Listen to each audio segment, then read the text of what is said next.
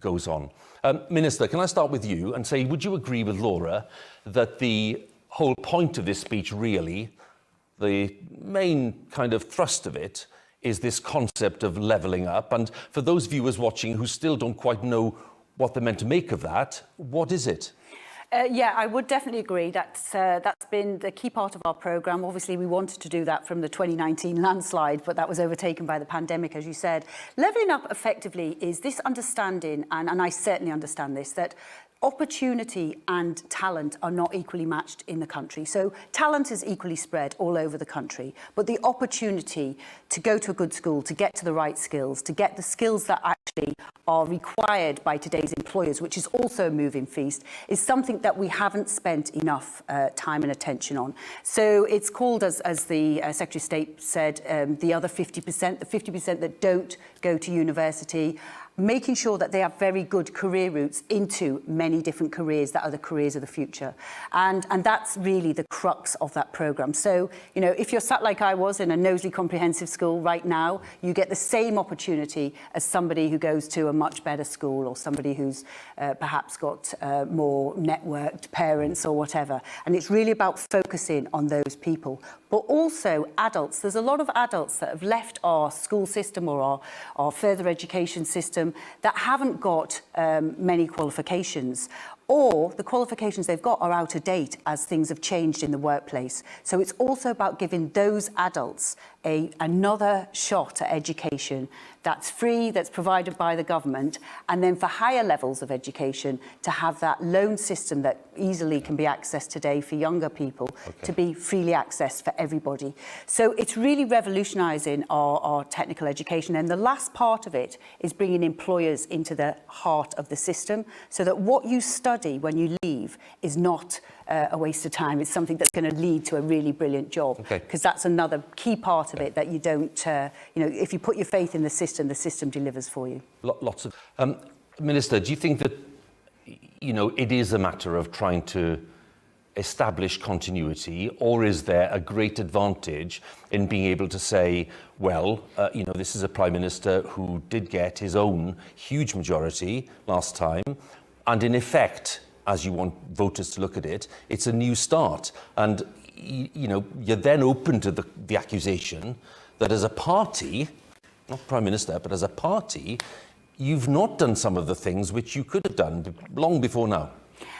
Well, I think, to me, it definitely feels like a new start. I mean, I only came in 2017, so for 7 years of the period you're talking about, I was working in a different country, actually, so doing something completely different. And a lot of the 2019 intake are completely different. I mean, they're very much from the working class north, they're from those red wall that became Tory seats. And, you know, there has been a complete change, actually. It feels like there's a change in the party. And, of course, the majority makes a massive difference. You know, at the beginning of that period, there was a coalition, and of course we had to recover from the financial crash. So, you know, there's been different things that have had to be done at those times. I think there's been a lot of effort over the years when we talk about education on improving our school system. And, you know, there are now many more kids that go to good or outstanding schools than ever have before. So a lot of work has been done.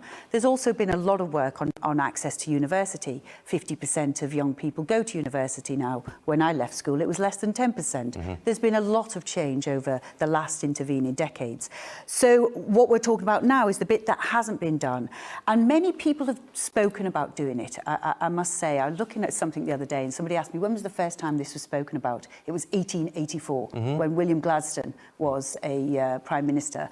And it's the same with a lot of things in politics. There's not really that many original ideas. What's really original is having the ability to deliver it and the timing being right to deliver it.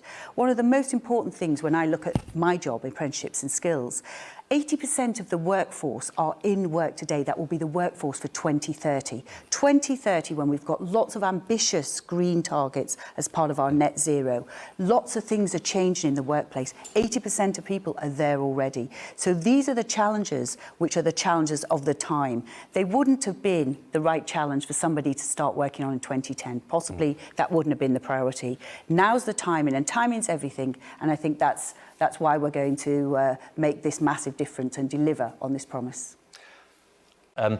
Final thought, just Minister first, just What do you want viewers to take away from this speech?